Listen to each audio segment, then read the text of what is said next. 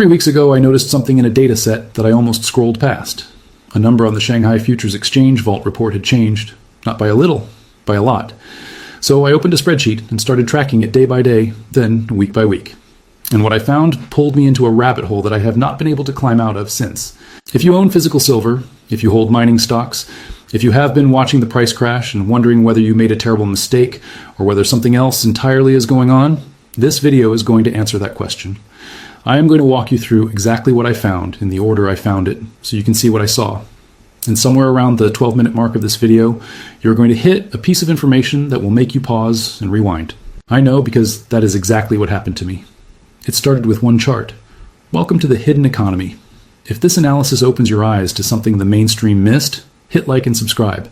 It helps the algorithm put this in front of the people who need to see it. The Shanghai Futures Exchange, the SHFE, publishes its vault inventory data. This is not opinion. This is not analysis. It is not some guy on the internet guessing. This is the exchange itself reporting how many tons of physical silver are sitting in its warehouses. Real bars, real vaults. Audited numbers that get updated daily. I went to CEIC, one of the most respected economic data platforms in the world, and pulled the time series. In mid-December 2025, the SHFE reported approximately 900 tons of physical silver in its vaults. The number I saw on February 4th was 423 tons. I stared at it. Then I refreshed the page. Same number. So I pulled the previous day, 449. The day before that, 462. The day before that, higher still. I went back to day after day after day. Every single entry was smaller than the one before it. Not most days. Not on average. Every single day the number went down. I pulled 6 weeks of data and could not find a single day where inventory increased. That is not a fluctuation. That is not seasonal. That is a one-way door. Silver is walking out of those vaults and not coming back. Let me make sure you actually feel the scale of what I am describing, because numbers without context are just noise. 900 tons to 423 tons in 7 weeks. That is a 54% drawdown. More than half of China's main exchange, silver vanished in less than 2 months. The weekly drain rate is 42.6 tons. The daily drain is 10.78 tons. And if you overlay the chart, the angle of decline is getting steeper, not flatter. The drain is accelerating. Now put that in global context. Combine the SHFE vaults with the Shanghai Gold Exchange vaults, and you get roughly 900 tons total across all Chinese exchange accessible silver. That is 29 million ounces. Sounds like a lot until you realize that the world consumes over 1.2 billion ounces of silver per year. All of China's exchange silver covers 2.4% of 1 year of global demand. 2.4%. That is not a cushion, that is fumes. Now I'm going to do something that none of the articles about this data did. I am going to run the math forward. If the drain rate holds at 42 tons per week, and current inventory is roughly 412 tons, according to the latest improved terminal data, then you divide 412 by 42, and you get 9.8 weeks. Call it 10. In 10 weeks, at the current rate, SHFES silver vaults hit 0. Not low, not concerning, 0. Empty shelves. Nothing left to deliver against futures contracts. Now, if you are sitting on physical silver or silver miners right now and you just watched a 53% price crash, I need you to understand what this number means for you. The exchange that backstops a huge portion of Asian silver price discovery is running out of metal. I am not predicting this will happen. Drain rates can change, metal can flow back in, but no one in the mainstream financial press is even running this calculation, and that alone tells you something about the quality of the coverage you're getting elsewhere. Now here is where my research took its first unexpected turn. I wanted to know if this was just a China story. Maybe Chinese industry is pulling metal for solar panels and electronics, and this has nothing to do with anything bigger. That would make sense. China is the world's largest consumer of industrial silver. Case closed, right? So I pulled the COMEX data, and my stomach dropped. COMEX is the main silver futures exchange in the United States, run by the CME Group. It is where paper silver gets traded, and where, theoretically, you can demand physical delivery. According to data reported by the Kobayashi letter and confirmed by multiple sources, COMEX silver inventory dropped to 415 million ounces in late January 2026. That is the lowest level since March 2025, a 34 million ounce drawdown from its recent peak. But here's what really caught my attention. According to detailed analysis from Schiff Gold, the registered silver on COMEX, and registered means the metal that is actually earmarked and available for delivery against futures contracts, has been seeing major outflows since September 2025. Eligible metal, which is metal stored in COMEX-approved warehouses but not yet designated for delivery, is being converted to registered just to satisfy the demand from people standing for delivery. And here's the critical part. The exchange is not bringing in new metal. No fresh silver is arriving in the vaults. They are simply reclassifying what they have. It is like a restaurant running out of food and renaming the appetizers as entrees. The menu looks full, but the kitchen is empty, so it is not just China. COMEX is draining too. 2 of the 3 largest visible silver inventories in the world are losing metal at the same time. At that point in my research, I did not want to check the third, because I already suspected what I would find. I went to the London Bullion Market Association data. The LBMA operates the largest physical precious metals market on Earth. And according to analysis published by AU Bullion Canada and multiple precious metals researchers, the LBMA's estimated free float, the silver that is actually available to settle London's massive unallocated accounts, has collapsed to what one source described as the lowest level in modern history. According to a detailed report on Trading Key, for the first time in modern history, all 3 major transparent silver inventories, Shanghai, COMEX, and London, are draining at the same time, at record speed. The report estimates that nearly 1 billion ounces of refined silver have vanished from visible stocks since 2021. Now stop. I need you to hold those 3 facts together. Shanghai draining, COMEX draining, London draining, same direction, same time, same metal. There is no historical precedent for this. If this were happening to oil, it would be the lead story on every financial network in the world. If this were happening to copper, congressional hearings would be scheduled by Friday. But it is silver. So you are hearing about it from me at midnight on YouTube instead of from the front page of the Wall Street Journal. And honestly, that is part of the story too. So the next question is obvious, and it is the one that kept me digging until 3 in the morning. Who is taking the metal? Because silver does not evaporate. It does not dissolve. When it leaves an exchange vault, it goes somewhere. Someone signed a delivery warrant. Someone arranged armored transport. Someone has those bars. And whoever it is, they are doing it simultaneously across 3 continents. Let me tell you what I found on the COMEX side, and I want to be honest about what is confirmed data and what is my inference. On January 7, 2026, a single day of COMEX deliveries moved 8.1 million ounces of physical silver. According to detailed analysis from Jensen David's Substack, JP Morgan delivered 99% of that total. One bank, 8 million ounces, one day. But here's what broke my brain. After that massive delivery, you would expect demand to cool, contracts fulfilled, buyers satisfied, open interest declining. That is how delivery months normally work. But that is not what happened. Open interest went up. New buyers were piling in as fast as the old ones were getting filled. And according to analysis from Money Metals, something even stranger was happening in the background. Traders were rolling contracts backward, taking March delivery positions and pulling them into January and February. In normal markets, people roll forward to delay. Here, they were paying extra to accelerate. They wanted the metal sooner, not later, now. The simplest explanation is that they do not trust it will be there if they wait. One analyst quoted by Money Metals put it bluntly, "If this is what is happening, the COMEX could end up in big trouble." Now let me take you back to China, because while the vaults were draining, something else was happening that changes the entire interpretation of the story. And this is the part where I went from thinking, this is interesting, to thinking this is deliberate. On January 1st, 2026, China's Ministry of Commerce implemented new export controls on silver. I went to the original MOFCOM announcement and cross-referenced it with CNBC's reporting. According to CNBC, the state-run Securities Times quoted an unnamed industry insider who said the new policy formally elevates silver from an ordinary commodity to a strategic material. Let that language register. Strategic material. Same regulatory footing as rare earth metals. The same category China used to bring the West to its knees over magnets and semiconductors. Under the new rules, only 44 large state-approved companies that produce at least 80 tons of silver annually and maintain $30 million in credit lines are permitted to export. According to FX Street's analysis, this effectively restricts 60 to 70% of the world's refined silver supply to domestic Chinese use.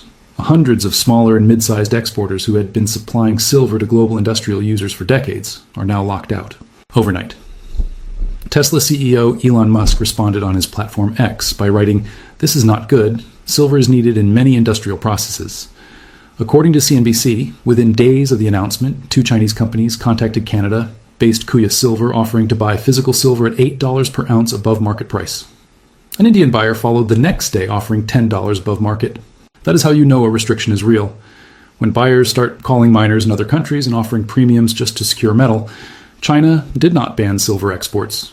That would have been too obvious. It did something more effective. It created a licensing bottleneck so narrow that most of the world's silver refining capacity is now functionally landlocked inside Chinese borders. Now follow this timeline with me, because this is where my investigation changed direction entirely. I started mapping the vault data against the policy dates, and a pattern emerged that I was not expecting. October 2025. China's combined SHFE and SGE vaults held roughly 1,190 tons of silver. That was the starting point.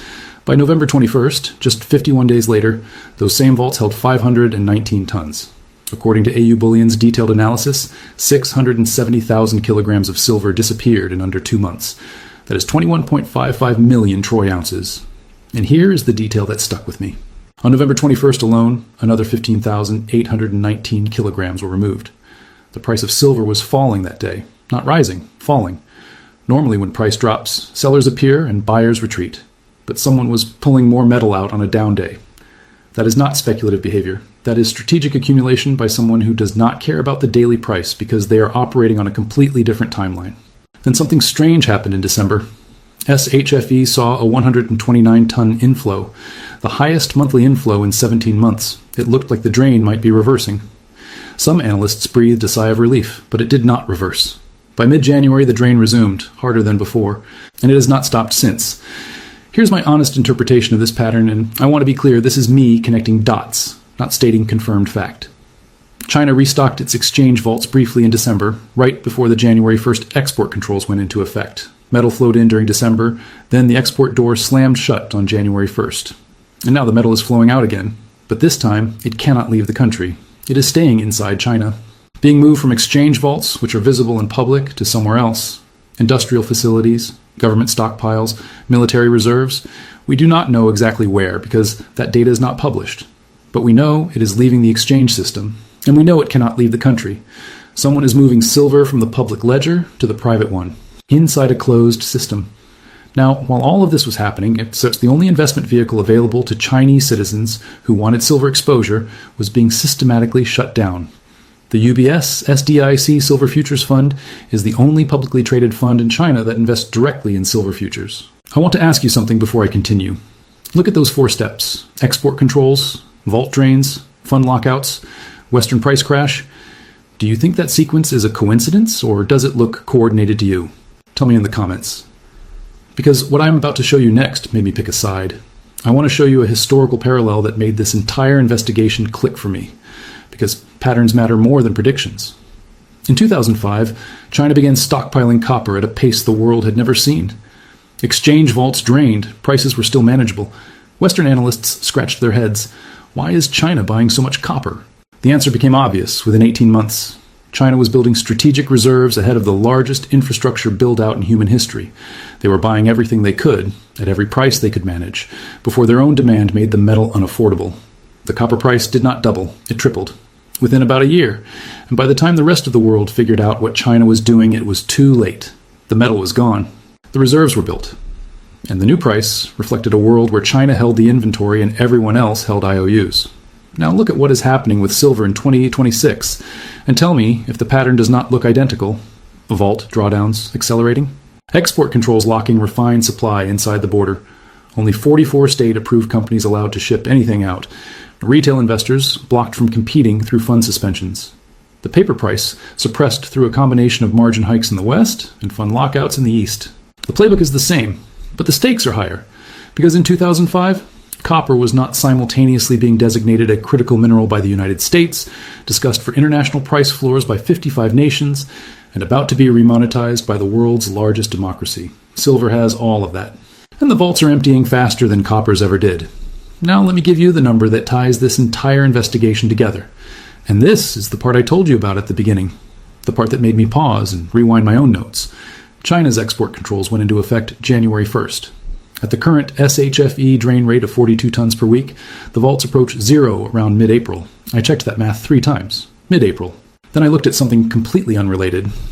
India's Reserve Bank has issued new regulations allowing silver to be used as formal bank collateral effective April 1st, 2026. The first remonetization of silver by a major economy since the 1800s. 1.4 billion people gaining access to silver as a monetary asset. I looked at the 2 dates side by side. The week the Chinese vaults approach empty is the same week India goes live with silver as money. I sat back from my screen and did not type anything for about 5 minutes. I did not manufacture that convergence. I did not cherry-pick dates to make a narrative. I ran a drain rate forward on a calculator and checked a regulatory calendar. And they landed on the same week, April 2026. Chinese vaults approaching zero. Indian monetization going live. The world's factory running out of visible silver at the exact moment the world's largest democracy tells its population that silver is money. When I saw that, I understood that this story is not just about inventory data. This is about a once-in-a-generation restructuring of who holds silver, in what form, and under whose rules. Now let me tell you what this means if you are invested in silver. Because data without implication is just trivia. The paper price, the number you see on your screen, the number that made you sick when it hit 57, that price is set by exchanges that are running out of the physical metal they need to back those prices. SHFE approaching zero.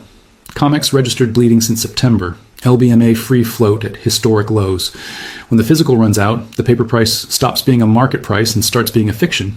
And fictions do not survive contact with the delivery notice. The question every silver investor should be asking right now is not, where is the price going this week? It is what happens to price discovery when the vaults that underpin it are empty. Because that moment is not theoretical. It is 10 weeks away on the SHFE side. And no one on mainstream financial television is even discussing it. There's a line from the AU Bullion Canada analysis that I have not been able to get out of my head since I read it. They wrote, and I am paraphrasing to respect their work, that when the last readily available bar leaves the vault, the price discovery mechanism shifts from whatever the paper market can bear to whatever it takes to pry the last ounce out of private hands. Read that again. Whatever it takes. And every day, the number of bars between here and that moment gets smaller. Shanghai is at 412 tons and falling. COMEX registered is bleeding out since September. London's free float is at a level that multiple analysts describe as the lowest in modern history. The 6-year structural deficit has not reversed, and the world's largest refiner just welded the exit door shut. The question is not whether the vaults will empty. At this trajectory, the question is which vault empties first. I want to leave you with a question, not an answer, because I think this audience is smart enough to draw their own conclusions, and I would rather arm you with data than opinions. If you were a government, or a sovereign wealth fund, or a state-linked industrial conglomerate, and you knew that silver had just been designated a critical mineral by the United States, discussed for international price floors by 55 nations at the State Department, and was about to be formally recognized as money by the world's largest democracy, and you also knew that you had just locked 60 to 70% of global refined supply inside your own borders, what would you be doing right now? Would you be selling? Or would you be quietly moving every bar you could get your hands on from a public exchange vault into a private one, while the rest of the world watches the paper price and thinks the trade is dead? The vaults do not lie. They publish the numbers every day, and every day the number is smaller than the one before. Silver is not crashing because nobody wants it. Silver is crashing because someone wants all of it, and they need the price low enough to take it before the rules change. If you held through this crash, you are not wrong. You are early to a game that the rest of the world has not figured out yet. The data is on your side. The vaults prove it. And in the next video, I'm going to show you exactly what happens when those vaults approach zero and the paper market collides with physical reality. What I found will change how you think about the price you see on your screen. I will keep watching. I will keep tracking every vault report, every CEIC data point, every delivery notice. And when those vaults approach zero, I will be here to show you what happens next. 10 weeks. The clock is running. This is not financial advice. This is what the data shows. What you do with it is your decision. I will see you in the next one.